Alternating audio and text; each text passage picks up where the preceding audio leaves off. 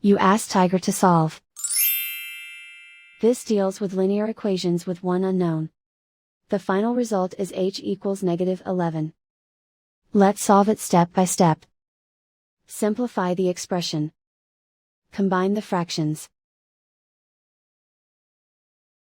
Combine the numerators.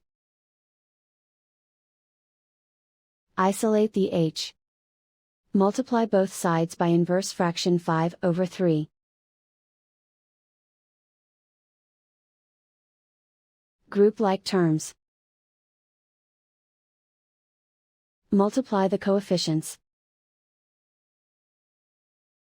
Simplify the fraction. Multiply the fractions.